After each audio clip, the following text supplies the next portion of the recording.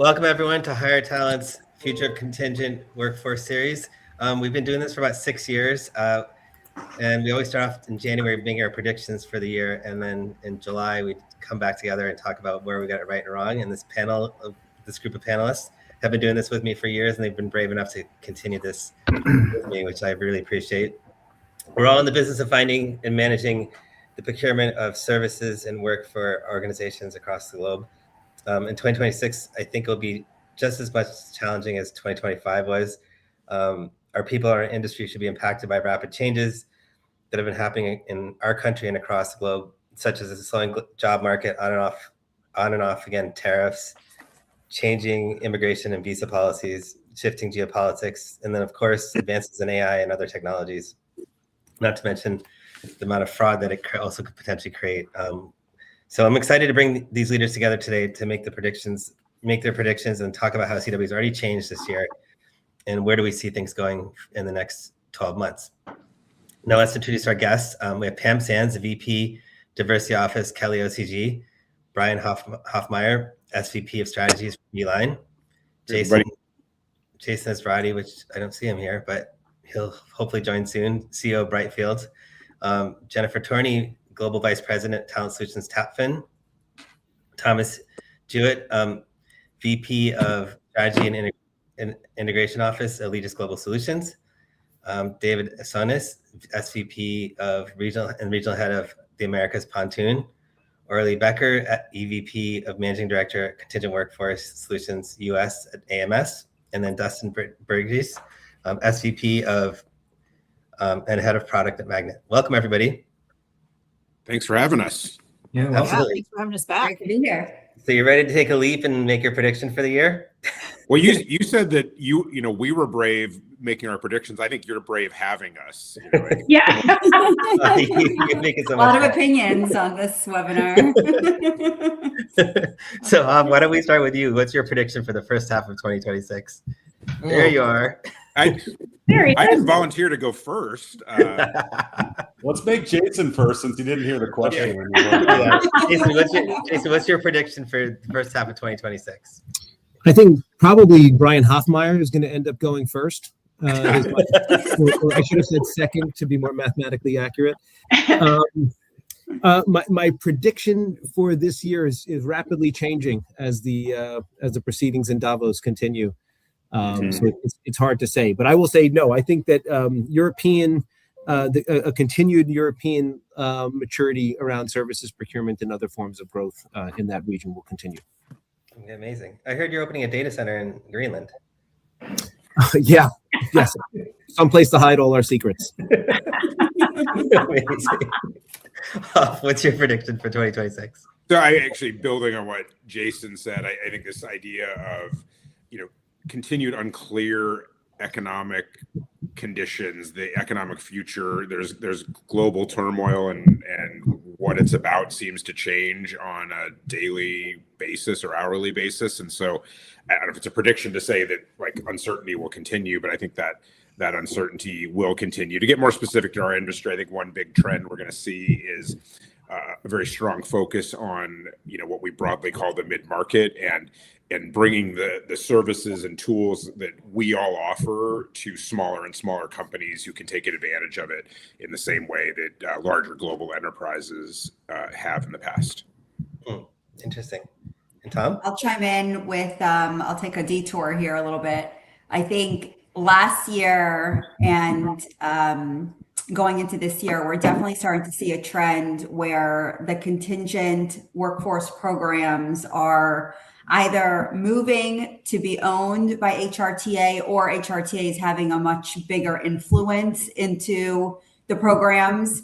And because of that shift, I think we're finally, after like 15 years, going to get some traction on this whole concept of total talent management.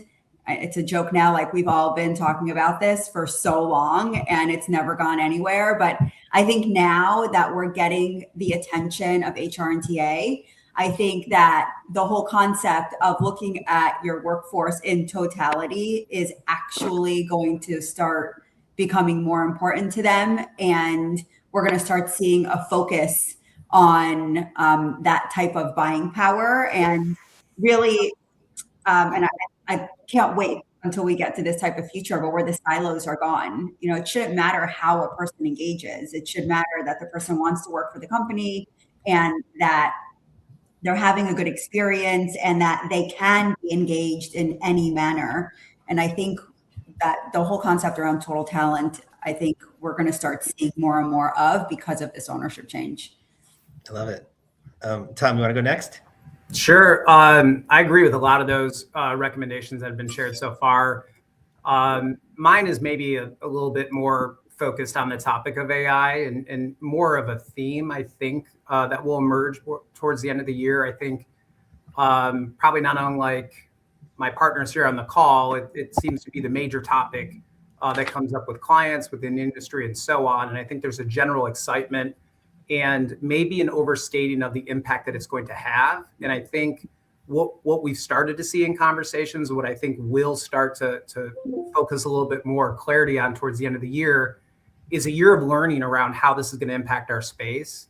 And while there may be some people that are underwhelmed by the overall impact that AI solutions are going to have on our industry, I think the learning that will go forward this year will set the baseline to really have more defined targets and impacts around how TA functions can look at this really in the year of 2027. And so to kind of maybe shorten that a little bit, this is a concept that will have an impact. Everyone's really excited about it. I think it's been overstated and there's a lot of learning and a lot of nuance to figuring out what that might mean. And I just foresee the theme of that really being refined throughout the year as everybody learns through this and really set up the next phase of value associated with those solutions. So that'd be my prediction. Interesting. And then Jen? So this is always the hardest exam question because it's almost impossible to get right? But I think, we've been seeing kind of a slow erosion of traditional MSP, traditional contingent labor. We're seeing a lot of movement to outcome-based, both from professional services and services procurement. But, as we move towards agents and agentic AI, that's more about outcome as well. And I think that we're going to get to a place where, and I think it's probably going to start really rapidly happening this year, where the demand for jobs to be filled is going to slow, but the work to be done will not. And I think that whole dichotomy is going to be really tough for us to solve for. And I don't know that I have the right answer for it, but I think it's a matter of us leaning into big change.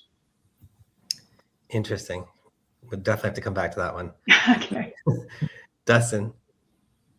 Yeah, good stuff so far. I'll kind of lean in on what Tom was talking about a little bit. I agree. I think while there's a lot of excitement on AI, it is maybe a little overstated. But I think the theme around automation is going to continue to be, one that we're going to see more and more of. I notice a lot of the customers that we talk to every day, they're really stripping out any of the tasks that could be automated. And so I think we're going to continue to kind of see that sort of play a trend moving forward. But also just different strategies around AI. I'm in the product space. We got several product people on here. What are those areas that customers are going to be more inclined to sort of test the waters on versus others? Things like horizon scanning, I know was something, a topic where, hey, give me more proactive information so I can do my job more effectively without having to do some of the manual tasks, go chase down someone to get this kind of information. So I think, just kind of figuring out what those outcomes are, as Jen had mentioned, what are those use cases that folks might be more inclined to dip their toe in the water versus, things where you might see a lawsuit pop up today because of different things that folks are really exploring without maybe having the governance that they need around it. So definitely a space I'm watching closely and excited to be a part of the conversation on it for sure. Great, thank you. And Pam, your thoughts? Yeah, I'm gonna go back to where Jason started us off, which is on Davos. And when was the last time we were on a call like this and we were talking about Davos? And I think we're going to be talking more about it in the future. There's a need to understand, with all the things that the colleagues on the phone have mentioned, what's going on in an economic and in the marketplace scenario that influences the way we pull all of this forward, the way that we pull forward working with AI, the way that we look at the flexible ways that people are working, looking at the broad spectrum of talent in the market, looking at talent and the workforce more like a supply chain and an ecosystem. And as we look at that, what are those labor market regulations that could influence how we carry that work out in individual geographic markets?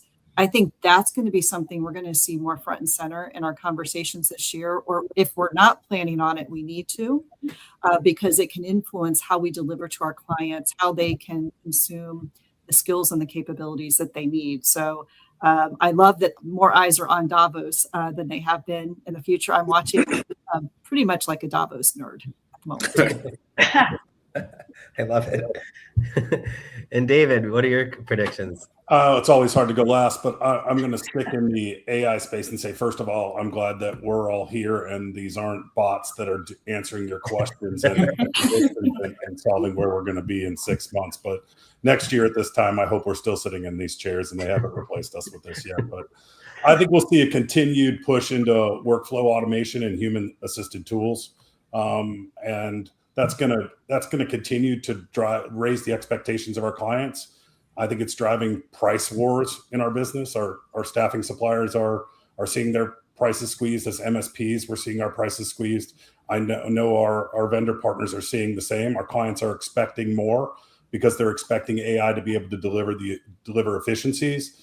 And if we don't move up that curve and become more efficient, we're going to get managed out of this business. So that I think is the big thing. And then I think it pushes what we do up the value chain. It's not just about rec fulfillment anymore. That's almost becoming table stakes.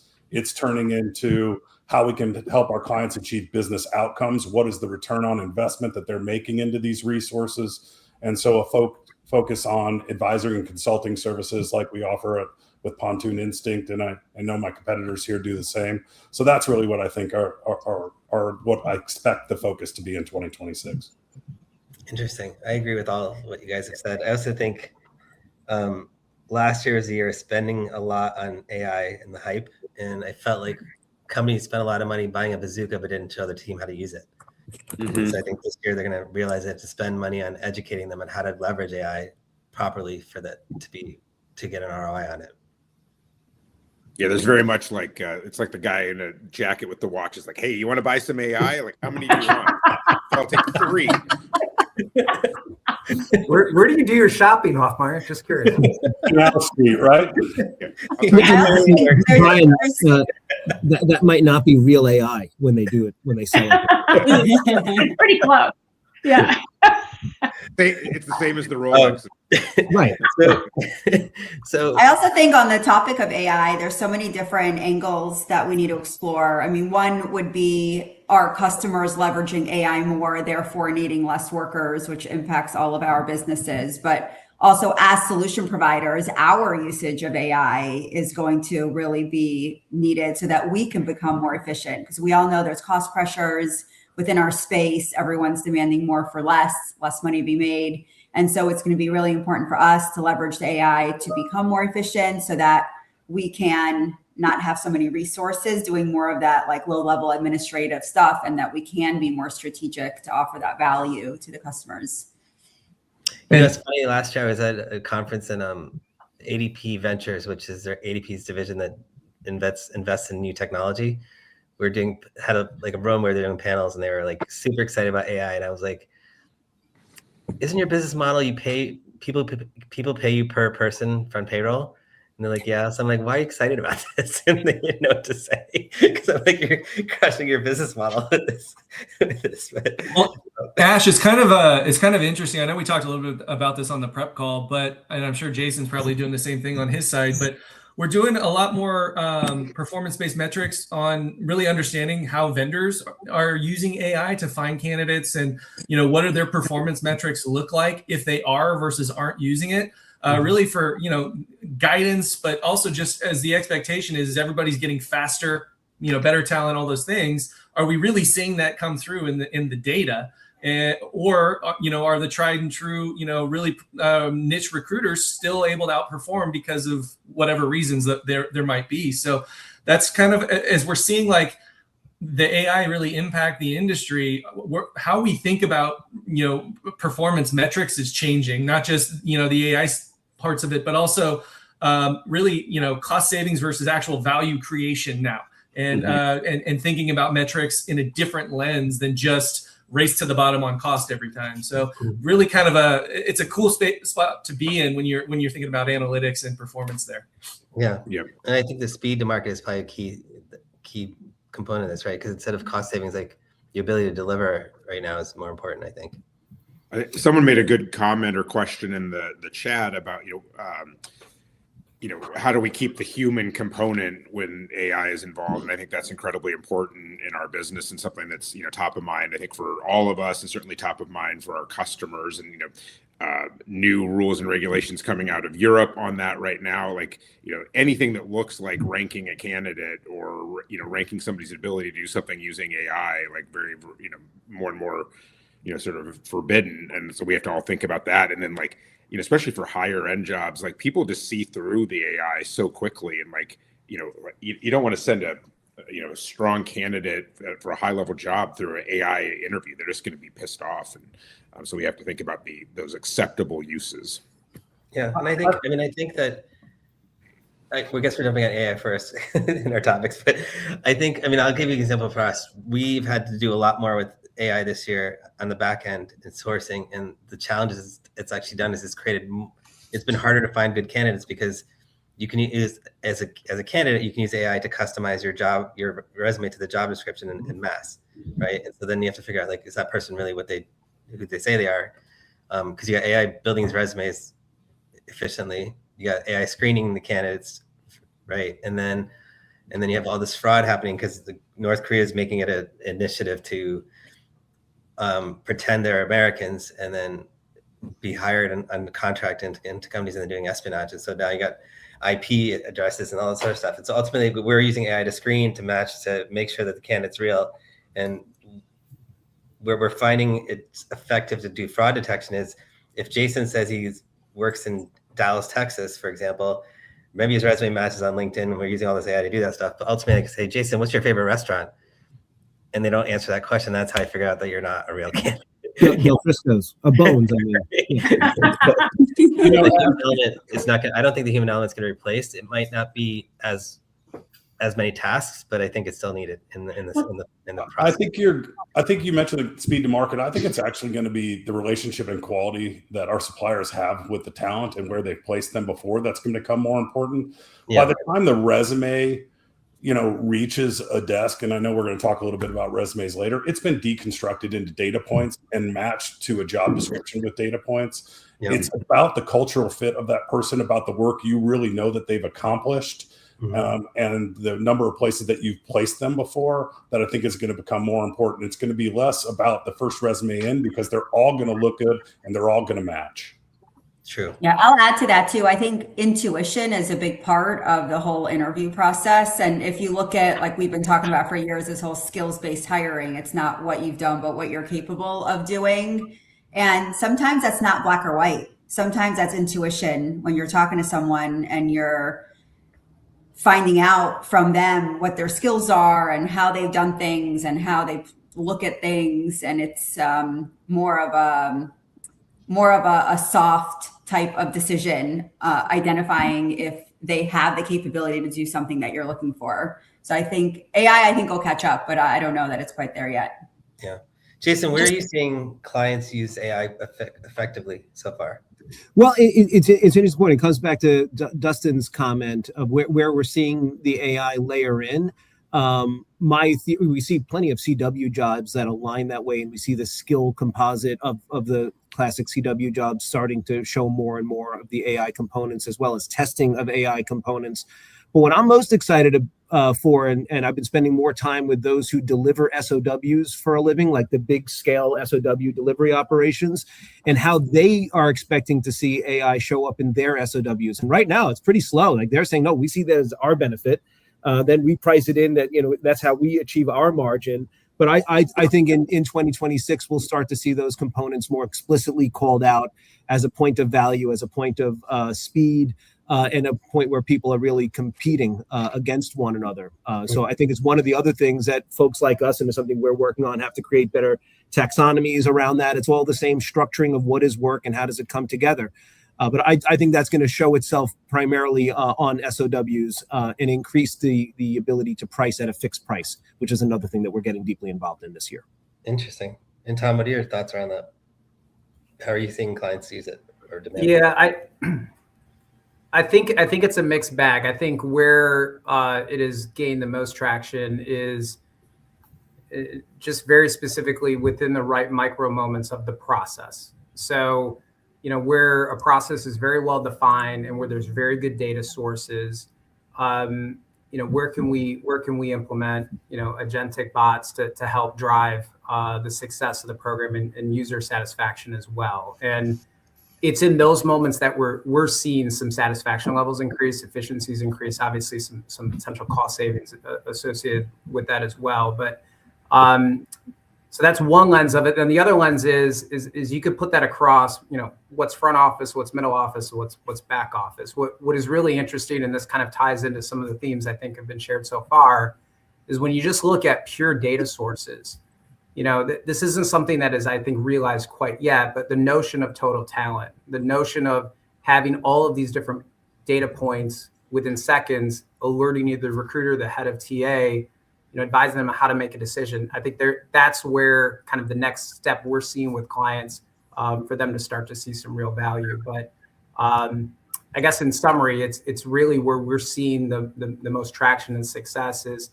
It's very simple, but it's within certain processes that you can either automate or provide, a bot that's tied into data sources that can eliminate the need for humans to respond to different questions or information, if you will. So those are some areas that we're seeing so far.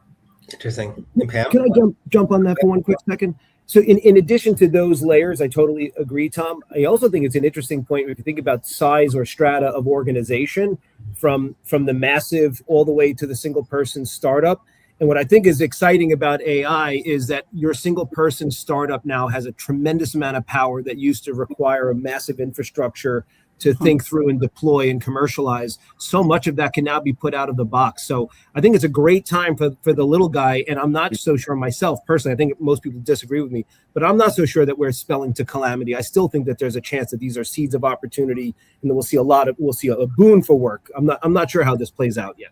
Yeah, I agree with you, Jason. I don't think that like every time we create a new technology, we create a ton more work, right? So like with data warehouse, we needed to clean a bunch of data, right? And so to think we're going to create new types of work, but we're going to create a ton more work. I think the problem though is that it's different types of work and different types of workers. So the workers that are doing admin type work may be out of a job. But then there's going to be all of these AI related types of jobs that do become available. And I think that's going to take time for all those people to upskill or reskill and really just for us as a world to change to this new world that we live in. And I don't think it's that black and white because I do and I don't, in the sense that like an agent is very easy to make and build. Like my team builds them all the time to help automate processes that are easy to kind of create. And so to Jason's point, it's a huge entry point, but it's a huge risk too. And never mind the additional work that it may create in large organizations. I think there's going to be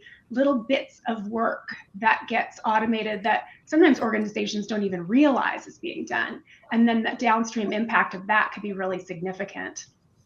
I'll jump in on what Orly mentioned on the first question, which was about total talent management. I think what we're going to see is what I'm calling true total talent management, where as an MSP, we're going to be advising hiring managers on who and how to get work done. It's not really happening today. They're just opening up a rec and it's staffing where they found somebody and it's EOR. I think it's going to be now bringing us a set of what they're trying to accomplish, and we're going to help them determine what the appropriate sourcing method for that is, whether that's services procurement and outcome based, or whether that is resources we have through a direct sourcing client talent pool that we've built. So, clients are going to really start to see what I'll say is true talent management, not what we've been saying over the last few years, which to Orly's point, never really happened. Yeah. Yeah, I'll jump in here. Let's I'll jump dive in here on for- that. Okay, go ahead. Pam. Yeah, I'll jump in here. And I think we're all hitting on it and dancing around it a little bit. I think there's the opportunity to get further upstream in the conversation with our clients versus the downstream. What are they doing with it? Getting to the why and understanding that a little more bespoke to each organization. Because there are things we're seeing, there are trends we're seeing, there are areas that we get to see a cross section of what's happening across a broad base of clients that we can provide insights on. But there's a piece of it that is going to be very unique to their organization. So when we can understand how they're looking to look at automation, how that intersects with human capabilities and talent, then we can get into a seat where we're helping them orchestrate potentially a little bit better in each of our areas of subject matter expertise. So I think it's getting above that conversation just a little bit to make it a little bit more meaningful in the day-to-day. I agree. I think it's this conversation about total talent is interesting, because one of the things that we continue to see, and I'd be interested in everyone's opinions because you have different lenses, is that most companies are not capturing all of their contingent workforce still in their program, right? And so the total talent, it's a valuable conversation, but until they have it to measure and manage, you're missing 20, if you're only managing half your contingent workforce, you're still missing 10% of your total workforce, right? And you see you don't have the total. So how do we drive that forward so that the total talent management becomes a more real conversation? I think you kind of answered your own question a little bit, Hoff. I think by positioning it as true strategic workforce planning, you have to have full vision if you want to do it, right? And to what Pam and David were both referring to, it's not just, hey, what type of engagement here based off of the outcome, it's where am I looking, right? What is my company strategy? Are we going back to the office? Are we hybrid? Or are we looking to, go to Poland and Romania? There are a lot of different lenses, like you said, to look at it from. And so we have to elevate ourselves to get to that right level to understand based on what you're trying to accomplish. Now we can have that strategy conversation. But, oh, by the way, we're blind in this part of the business. So you, Mr. Executive, need to help me get that into the program. So I think that's a real good way to, to do this true talent management. I like that, David. I might be borrowing that. I think some of the problem here, though, is we're assuming that the reason it hasn't been better is because of us, that we've been insufficient in delivering a solution set that marries them in their moment. And I've been beating myself up along with that accordingly. I'm not sure I agree with that anymore as I get closer to it. I think it's more the incentive alignment of the executives that actually make those decisions. They're misaligned. And so we're the only people that really care sit above all of that, and we're not able to make those types of impacts. I think that's the bigger issue. It's a different time scale of where are we actually trying to make people effective and drive value when they don't define value the same ways in that same org. Yeah, I very much agree, Jason. I think the ecosystem has the capabilities to do this because we do it in certain cases, right? And we know there's well-known examples across a wide variety of providers where it is working, but chasing that and getting to that right level, and I think someone else said this too, showing the tie between the program and non-employee workforce, whatever you want to call it, and larger corporate goals is something that I'm really passionate about. That helps drive that success. It's let's stop talking about cost savings in service of what, right? And value defined how, right? Yeah, exactly. Yeah, I think we're seeing our larger, more mature clients. If you're looking at the maturity model of the contingent labor world, we're seeing the larger, more sophisticated clients move up the curve and are going to be able to do that because they have a holistic view of everything, including service procurement in a lot of ways coming through our programs. And we're seeing the mid-market, which is a growth engine for most of us on this call. I know it's the biggest part of Pontoon's pipeline right now is a lot of the mid-market stuff that they won't get to what I'll say it's true total talent management, at least not in the short term, because they've got to come up that maturity model, but we're seeing the larger ones get there. Yep. I think part of it is compensation drives behavior, right? So procurement gets bonused on cost savings, right? And until you change that to bonus procurement on value creation, I think it's going to be hard to move that needle. Mm-hmm. Unless procurement doesn't own it, which is where we're seeing traction with our types of conversations, where the quality of talent is taking the forefront over the compliance and cost savings. And I think it's, Jason, to what you said, it's just an alignment within an organization on what their priorities are. So what do you think buyers are going to ask for MSPs this year that's different than last year? Where do you think this is going? I think I'll a lot more start this. services procurement. Sorry, go ahead. That's okay. Go ahead, Jason. I was just going to services procurement. My two-word answer. I think the traction on that will continue. We saw in 25 a ramping of real purchases of real services and getting management happening there. So that part of total talent management, I very much believe in. Orly, I want you to go next, but I've got a short answer off of Jason's, which is not only services procurement, but the bidding upstream component of services procurement and getting involved early using those tools and processes rather than the downstream tracking. Yeah.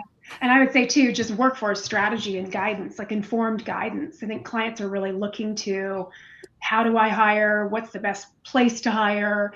How do I get this done? And, how do I do it in a way that gets the outcomes that I need? And I think the hard thing is that we've got tons and tons of data, but we've not, as an MSP organization in general, I think our industry is not really operationalized true advisory embedded within the programs. We've been mostly a process management layer. So I think we're going to have to really, really insert very thoughtful and very intelligent analytics and guidance that's not just in the form of reporting, but truly workforce strategy from a human perspective. I'm going to take a little bit of a left turn here again. And I think one trend that we didn't talk about is programs moving to in-house management. I think we're seeing a trend of this happening, and I think it will continue to happen. And I think that there will still be a place for MSPs, but we very much have to shift what value it is that we're providing to those organizations, because I think a lot of these organizations that are going in-house, they're mature, they've been doing this for a long time. They want to run strategy. They don't see any value in someone doing administrative stuff. They can get an AI agent to do it themselves, but they're still going to need some augmentation in intelligence and benchmarking and market analysis and reporting and a ton of things. And I think, from Jen, to your point, MSPs are going to have to really start shifting to be more of that consultant and guide, rather than assume that organizations are just going to continue to fully outsource. Yeah. I mean, the administrative stuff is going to get automated. I mean, it's not that, some of that is going to just get either baked into the VMS that already does that automation. And then the other pieces, the really tactical pieces, will absolutely be automated. And so, yeah, in order to be relevant and to deliver on our promise, we have to be those true strategy arms to the organizations that we're partnered with, for sure. So when you guys talk about service procurement, do you still see a lot of time and materials in there? Yeah. So the reason I'm asking that question is, do you think definition, the majority of it? Yeah, sorry. Oh, the majority of it. Okay. So the reason I'm asking that is, so we've seen this trend the last 2 years, and I think part of it's their ability to do capex deductions and write-offs with time and materials.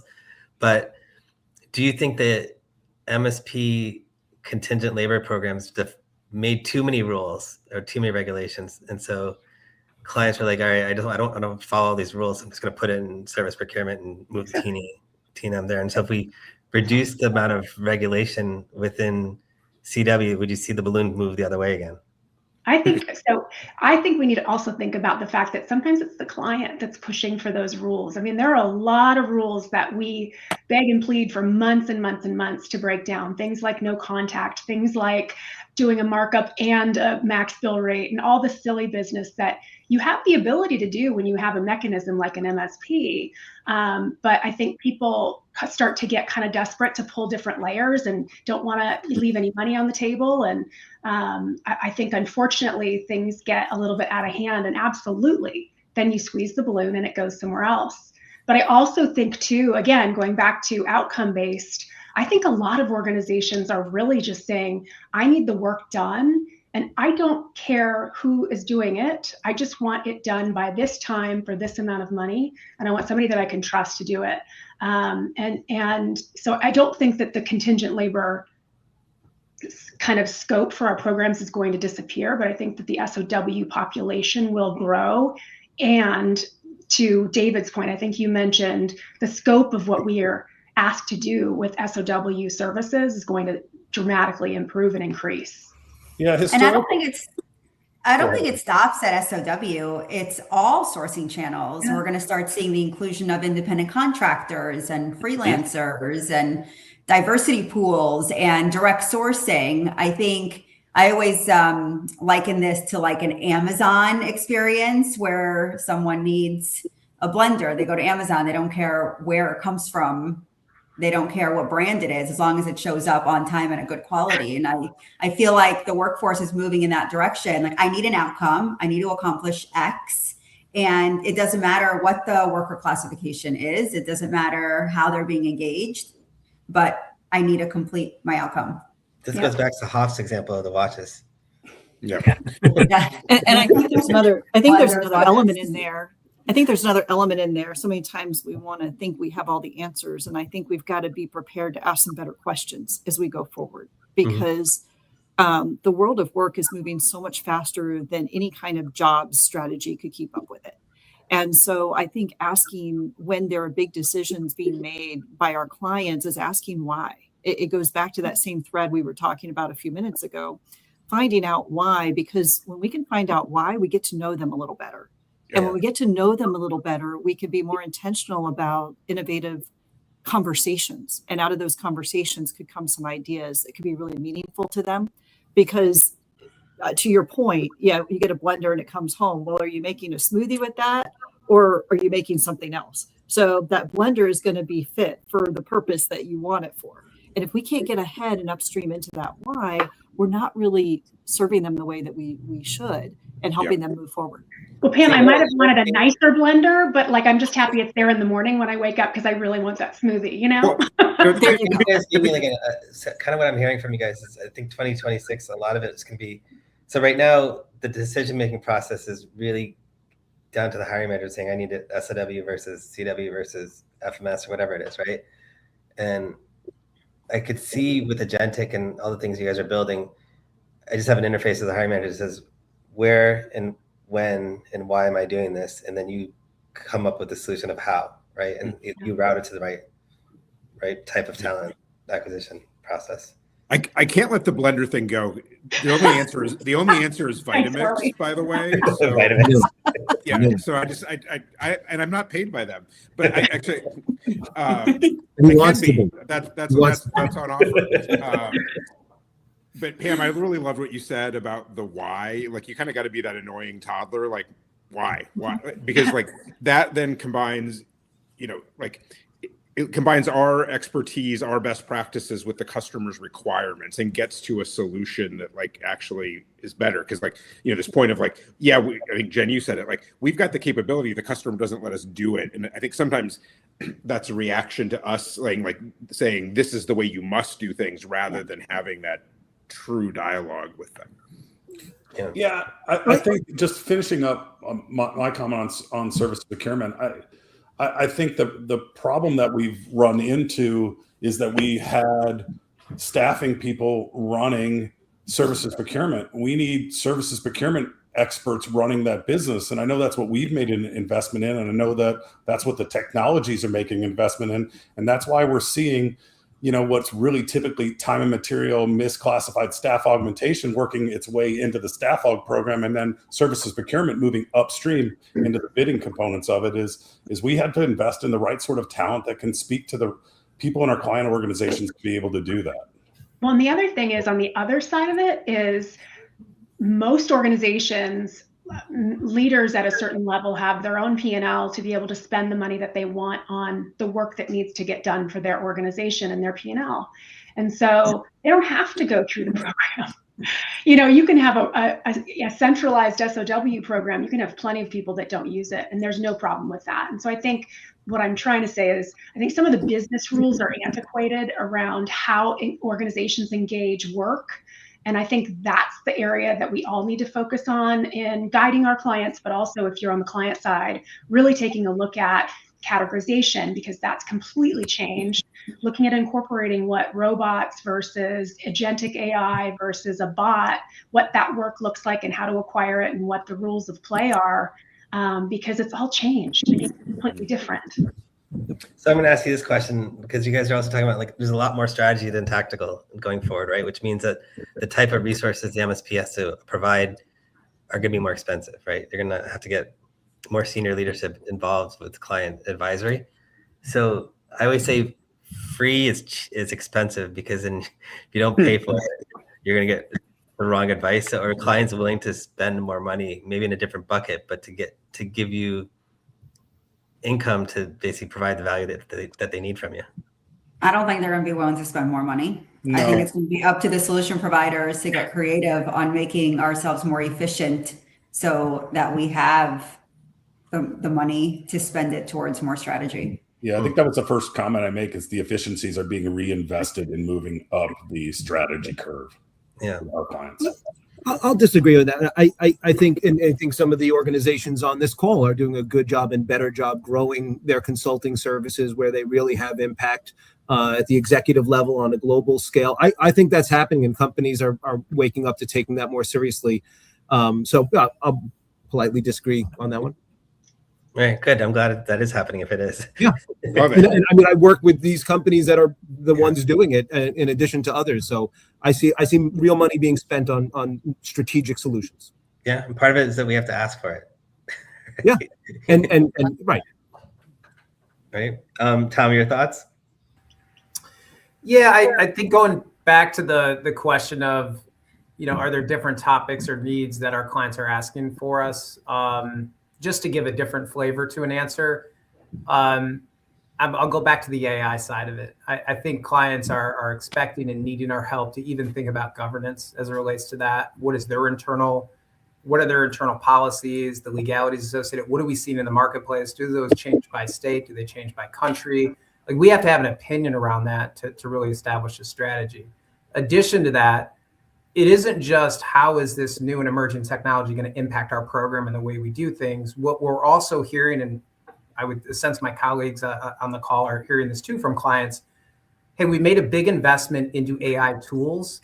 Beyond how the program works, can we all get aligned around how your MSP and our internal talent team just uses AI every day? How should we think about that? Because I have to start to be able to share with my leadership what we're doing around this investment as well. And so that goes beyond just the, hey, here's the principles of a proper MSP and how we're going to find hit SLAs and efficiencies. It's almost a deeper level around this topic, opportunity to show value and to really partner and align on a strategy. And so that's a different type of conversation and a different type of opportunity that I think we're starting to see more and more with some of our clients.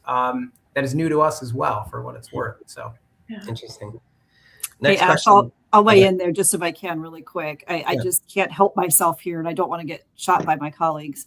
But is that, let's ask ourselves this question first. Do our clients pay for other consulting services that cost more already? I think we know the answer to that, and who else they go to.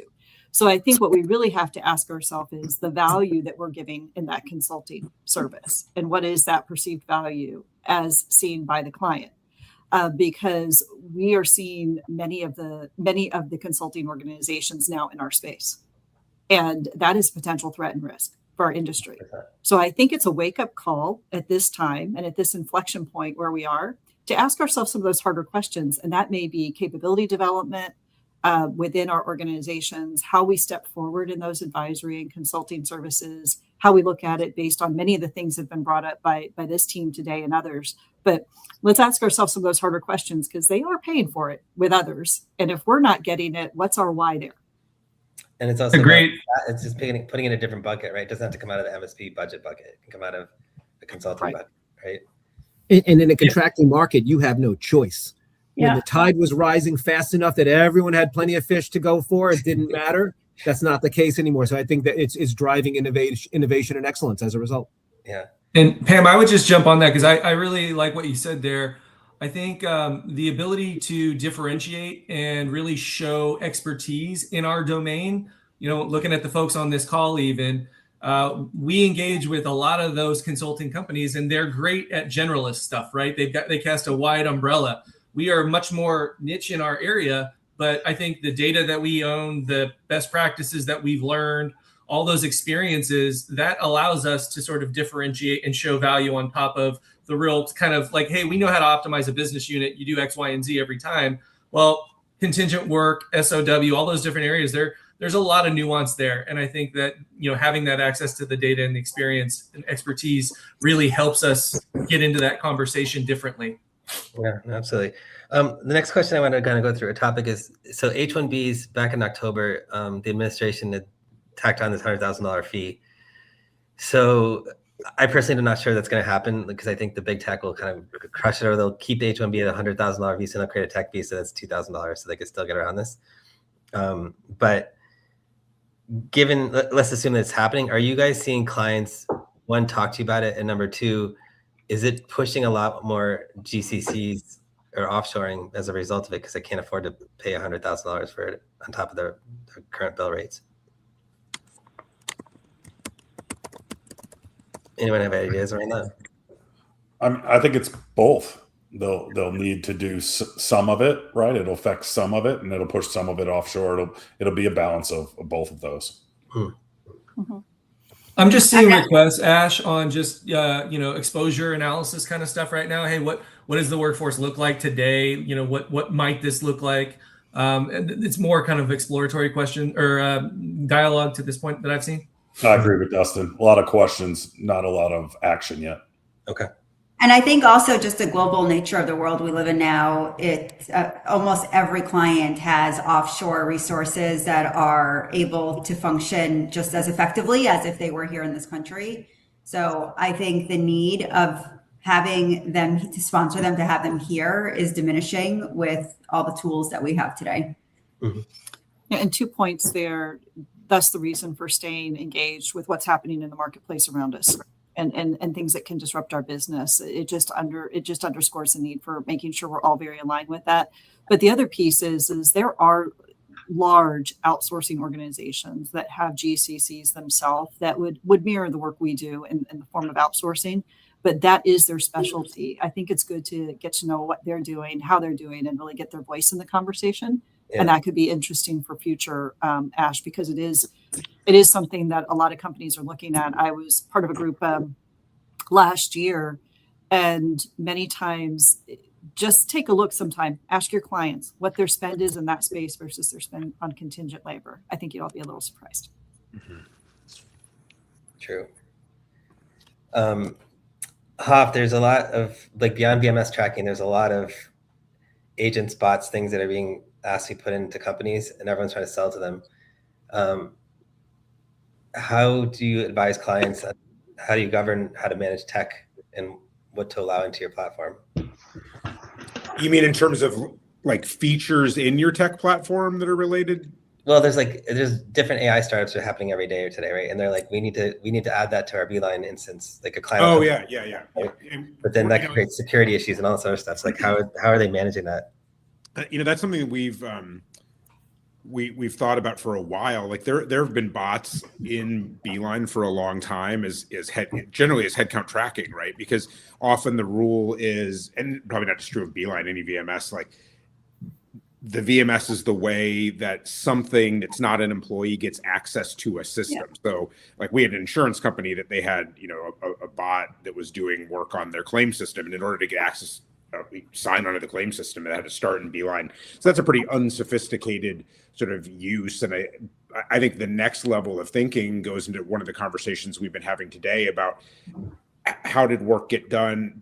How does work get done? And how do you get value? How do you ensure you're getting value from that work? And that becomes something we have to think about now, is that equation just got more complicated because of increasingly sophisticated agents. And so, tracking them is one thing, evaluating what they did and did they do it better than a human or some other option becomes kind of the next level to think about.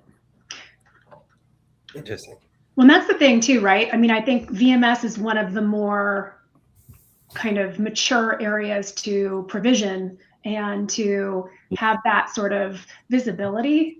But beyond that, I think we have to look at what else needs to be managed. And I think, I don't think that we have in an MSP and a VMS environment really built true use case and strategy and category for robots. So for example, in manufacturing, if you have an actual robot, doing some work. I don't know that we have the mechanism for that, and maybe somebody on this call does. But the other thing is like the agents. I mean, at some point there needs to be accountability for what they are able to from a distance.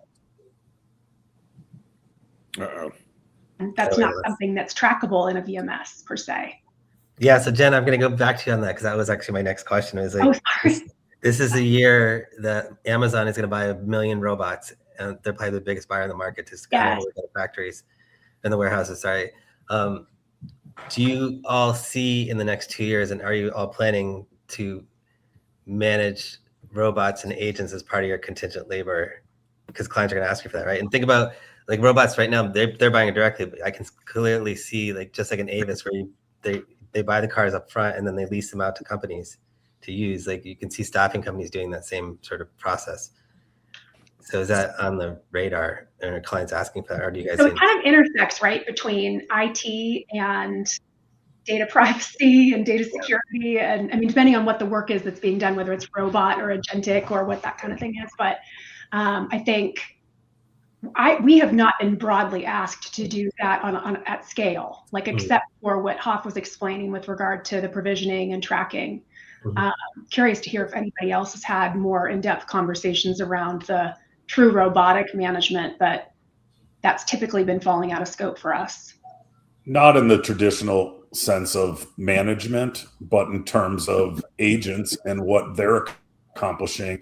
It's more like sitting at the desk managing a dashboard, the exceptions, the what I need to follow up on and that, but the process in a lot of ways can be automated by agents to take it through a process, and you sort of manage the dashboard and the outcomes from that. Yeah, you can definitely put that in some of the work category. I saw on my LinkedIn feed someone posted something that I thought was so on point, where an organization's population used to be like 70% full-time, 30% contingent, or 60-40, or sometimes even 50-50. But they're saying that the future now is 40-40-80. Or sorry, 40-40-20. Yeah. 40 full-time, 40 contingent, and then 20 are going to be these robots or AI agents. And I really do think that's the way of the future. And I personally can't wait to get a robot in my house. It's looking clean for me. Not it. So. You can buy one on Amazon or at Walmart for $25. I mean, it's like the Jetsons coming to life. Got my Roomba. That's about the extent of it over here. So, and this is interesting though too, right? Like because as we're talking about this, about SOW, and then we're talking about robots, which to me, I think of robots and sort of agentic AI as two different categories, just because of the way that they're doing work. And I could be wrong, please correct me. But when we think in terms of agentic AI and the management of the outcomes and the work to be done, to me, that actually follows a lot of the services procurement workflow in some ways. And so there might be some solutions that MSP can sort of spin up that make sense to manage the qualitative output. But I think at the outset for right now, the near term is that consulting on the front end around what things, that sort of the body of work around what risk mitigation you need to put in place for your engagement of AI. Yeah, I think it's just technology at the end of the day, and MSPs are great at managing technology. I could say the birthplace of the MSP was to help manage the VMS. We don't call a VMS a robot, but it's for sure technology that needs to be managed against its exceptions and everything else that went along the way. I think probably the thing that's most closely a crossover to when we say, it's akin to selling a service from a person is just some of the pricing. So we'll see some of the agentic solutions coming to an FTE equivalent because that's the way they're going to do a value comparison. I think that's creative pricing more than it is like legitimately onboarding a robot in the classic sense. There are some companies out there, even within procurement. I'm excited to see a couple of the companies that are doing true category managers, like robot category managers that are taking that job and trying to appear as that type of an end user and doer of those tasks discreetly. That feels a little bit more in that case. And then my final 2 cents, Jen, is when we use the terms like robot and agentic, to me, these are all layperson marketing terms. We can make them use whatever we want. The technical side of it, is something different. So it's all robot sounds like C-3PO, and I don't know. It sounds like a the Android people that you see in the Yeah, no, and I'm not sure I believe in that either. I have no reason to think that something with only 2 hands is better than something with 8 hands. If I want to do a task, I already have a dishwasher that washes dishes without needing to walk around my house. So I take a different view of how technology is supposed to show up in doing the tasks of my home. So Jason, next question for you. We talked about AI and resumes and how you can basically customize your resume, the job description, so that it doesn't really reflect what your skills are, because you basically just tailored it to whatever is being asked for. Is the resume kind of dead at this point? Like, do you feel like that there's better data points to figure out whether somebody does what they can do? As a student of technology, one thing everyone sees is how fast everything changes. What we don't always see is how slow certain things don't change. The ironing board, I think, is the classic example of certain technology just like it's been around forever and it ain't changing because it works for people. Yeah. And so I personally have been declaring the resume dead for a couple of decades. And I think I've been wrong. It's still here. People still use it. I've declared the job title dead. It's still here. I think there's certain labels of convenience or articles of convenience. And until we really replace it with something that's just so damn easier, it'll be here and we'll continue to complain about it. Well, how many times have you been talking about like passports, like job passports that are as unique as your fingerprint that say, here's what I've done. And it's kind of, and we can't quite get there because of all the reasons, from a technology standpoint. But I think we can. No, we actually designed something like that with Google 6 years ago on a reputational management basis. It's just the resume is still so ubiquitous. Like it's just there.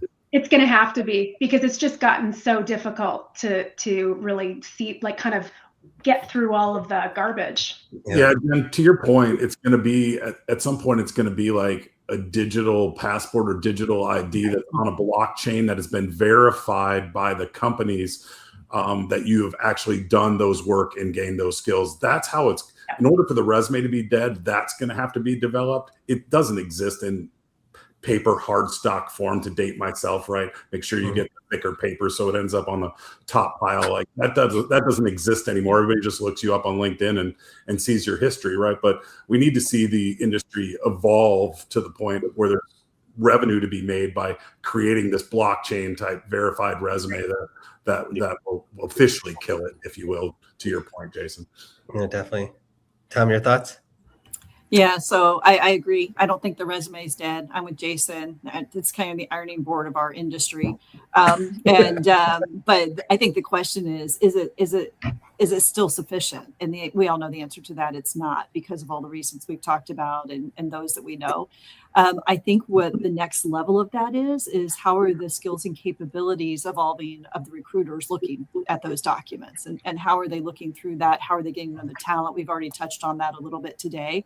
I think that's a real opportunity area. Why we work towards what the future looks like in this space is how are we making sure we're being intentional and really seeing those important roles in our organizations and who's talking with the workforce and what they're getting from them. And those capabilities. I think that could be an exciting one for this year for the recruiters and for all our organizations and our clients. Yeah, absolutely. Tom? Yeah. Hey, just from maybe a different lens on that,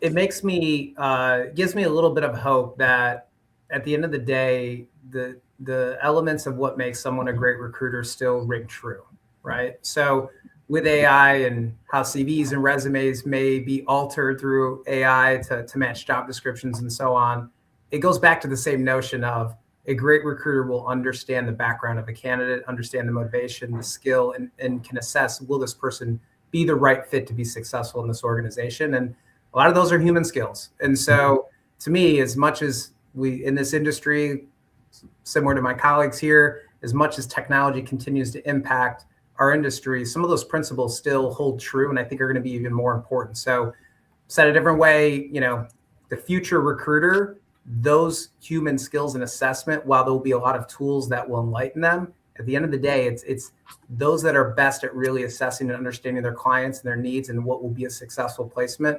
Those principles will still hold true in my mind, which gives me hope for our craft, right? So yeah.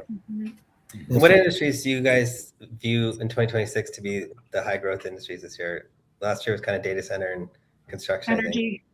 Energy. Agreed. Yeah. Very cool. Well, this has been great. Thank you all for coming today. I wanted to leave with the last question. What are you most hopeful about in CW in 2026? Orly, you want to start? Most hopeful. People start hiring again. We need to get back to where we were years ago.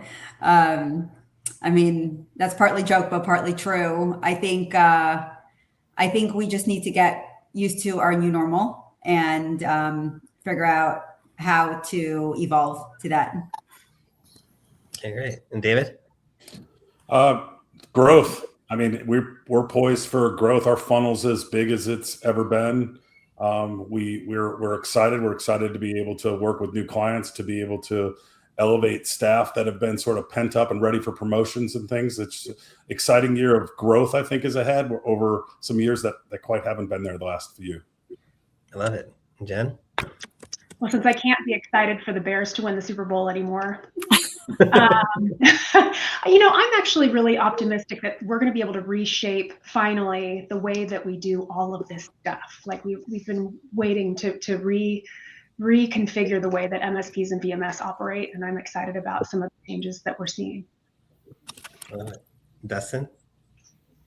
I'm really excited about some of the products that I expect to hit the market this year. I mean, personally, I know we've got some really cool things in the hopper, and I know other organizations do as well. And just really seeing, the blend between automation, AI, and then some of these other new tools and how they work together to help kind of elevate the customer experience and really give us more time to do what David said earlier, advise as opposed to transact. So very excited for this year in that regard.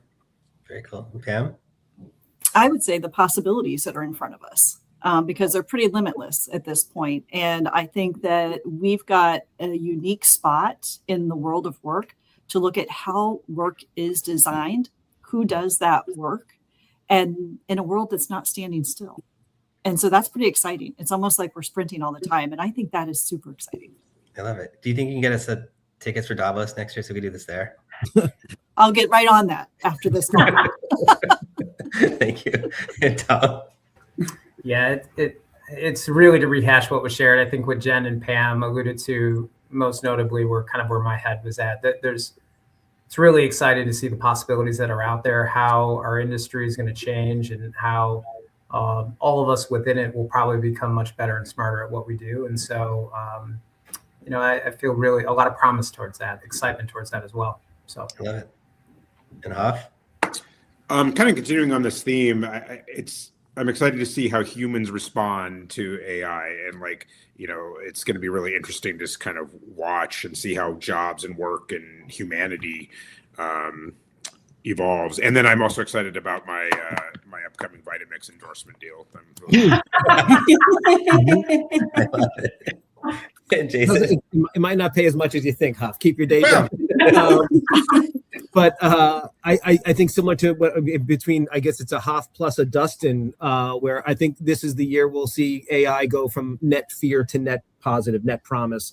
And I think it'll be because of things we see in our work lives, like, oh, right, this is what it is. And of course, it's just technology. I think we'll get over some of those things and realize the time scale of where we're most fearful is not necessarily what we're in today. And we still have to build and prosper today. Well said. Well, thank you, everyone. This is amazing. Looking forward to doing it again. Thank you for having me, always.